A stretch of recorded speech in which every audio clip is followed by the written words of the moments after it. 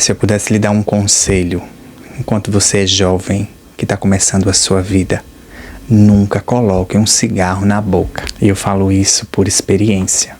Eu comecei a fumar com 14 anos de idade. Hoje eu tenho 36 e luto diariamente contra esse vício. E na época que eu comecei, foi simplesmente por uma curiosidade. Eu queria entender como é que as pessoas que fumavam conseguiam segurar aquela fumaça, falavam e aquela fumaça não saía. E nessa curiosidadezinha, eu acabei entrando no vício da nicotina. E eu confesso para vocês que é algo muito desafiador. Inclusive eu lembro muito de uma frase antiga de Drauzio Varela, que foi fumante durante muitos anos, em que ele diz num vídeo que de todos os vícios que ele já observou e estudou enquanto ele trabalhou durante anos em penitenciárias, a nicotina é o mais desafiador de todos. E eu concordo completamente com ele, porque apesar de todo vício ser algo ruim, prejudicial para a vida do ser humano, a nicotina, além de ser algo que é fácil de encontrar, é legalizada, a gente encontra em qualquer esquina. Eu nunca achei que eu conseguiria parar de fumar. E então veio a pandemia, em 2020. Eu estava com 30 anos e eu decidi que dessa vez eu ia parar de fumar pela primeira vez. Eu fui e me esforcei muito e consegui parar, mesmo sendo um período onde todo mundo estava isolado, acabou, diferente do meu caso, adquirindo alguns vícios, com compras, com álcool, aumentou muito o consumo de álcool nessa época. Na pandemia foi o período em que eu consegui pela primeira vez parar de fumar sozinho ali, por conta própria, com muito esforço. Nesse período eu ganhei peso, que é comum. A questão das síndromes respiratórias que estavam acontecendo influenciou bastante. Houve a preocupação com os meus familiares, com a minha mãe, com o meu pai. Então isso também ajudou, me deu forças para decidir parar. E isso durou basicamente um ano. Quando foi em 2021, com 5 dias depois que eu perdi o meu pai, eu acabei recaindo e bastou um cigarro para eu voltar a começar a fumar tudo de novo, que nem era antes. E aí veio a minha primeira frustração de ter conseguido ficar um ano sem fumar e ter voltado tudo de novo. Foi um pouco complicado para mim na época, mas aí eu continuei fumando por mais 1 ano, 2 anos. Isso foi no finalzinho de 2021, em outubro, foi o mês que meu pai faleceu. Para mim, antes disso, antes de 2020, era algo impossível. Eu achava que eu não conseguia parar. E depois de ter conseguido passar 1 ano sem, eu tinha certeza que eu conseguiria outras vezes. E em novembro de 2023, eu decidi que pararia de fumar de novo, que eu estava cansado daquilo. Então eu fiquei de 2023 até agosto de 2024 sem fumar. Não lembro exatamente o que me fez levar até essa recaída, porque eu vinha muito bem, me sentia muito bem sem fumar. E realmente a vida sem cigarro, para quem fuma ou para quem já fumou, sabe o quanto é outra. Eu passei mais da metade da minha vida fumando, então eu não conhecia o que era viver sem fumar. E é muito interessante que você tem muito mais energia, disposição, você se sente mais vivo, mais feliz, consegue fazer muito mais coisas do que você fazia antes. Eu não conhecia isso até parar a primeira vez e eu queria voltar àquela rotina, aquele hábito saudável, aquela vida cheia de energia, cheia de disposição. Mas aí eu recaí em agosto. E de lá pra cá, eu sigo nessa luta de tentar parar. Eu consigo ficar alguns meses, mas aí eu acabo recaindo. Em 2025, eu parei novamente alguns meses, depois recaí outros. Então, 2025 para mim foi um ano de altos e baixos com relação a essa luta contra o cigarro em si.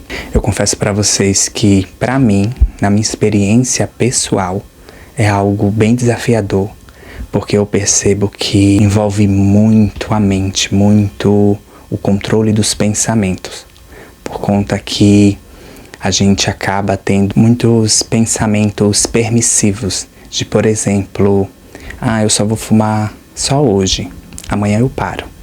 E aí o amanhã chega, e aí aquele pensamento de novo, não, amanhã eu paro.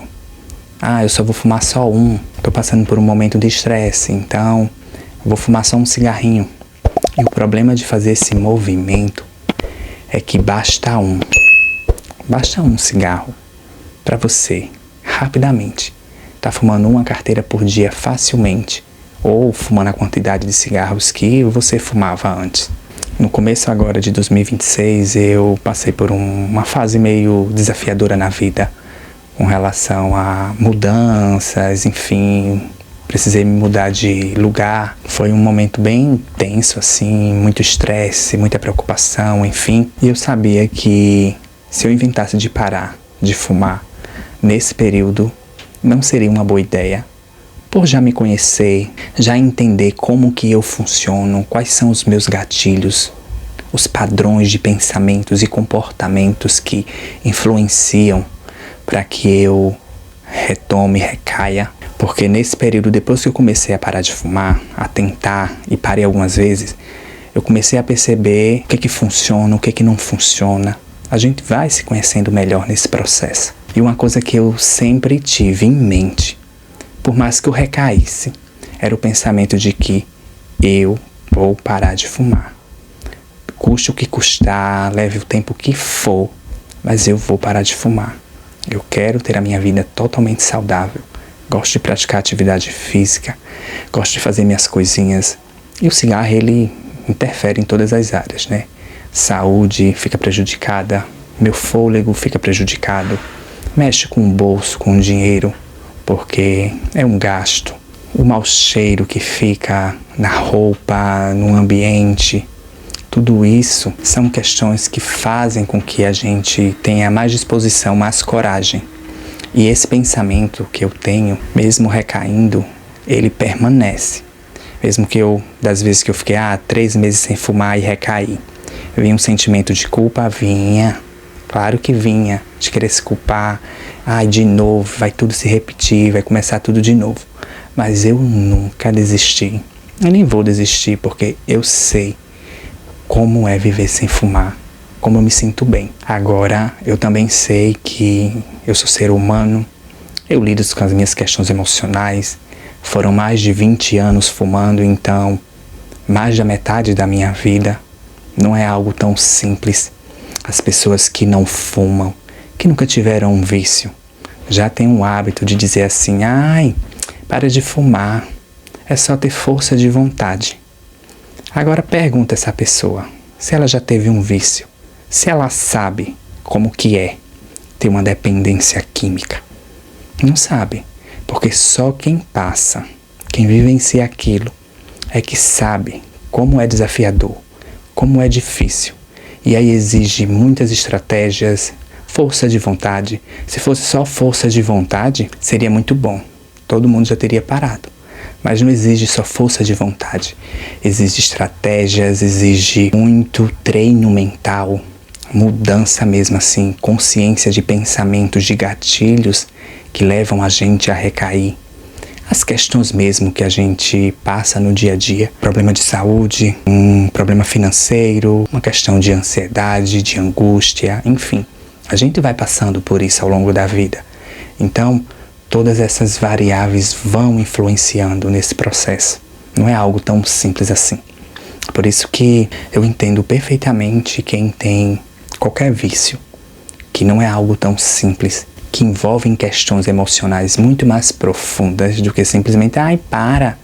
Eu ouvia muito das pessoas mais velhas, né, que eu sou das antigas, então eu ouvi muitas pessoas dizer, Michel, um certo dia eu decidi que ia parar de fumar, pronto, não fumei mais. Quando eu parei a primeira vez, em 2020, quando eu decidi que eu queria parar de fumar, eu tinha uma carteira fechada e eu disse, não vou fumar mais e acabou. Peguei essa carteira, dei fim a ela fechadinha e tudo e segui.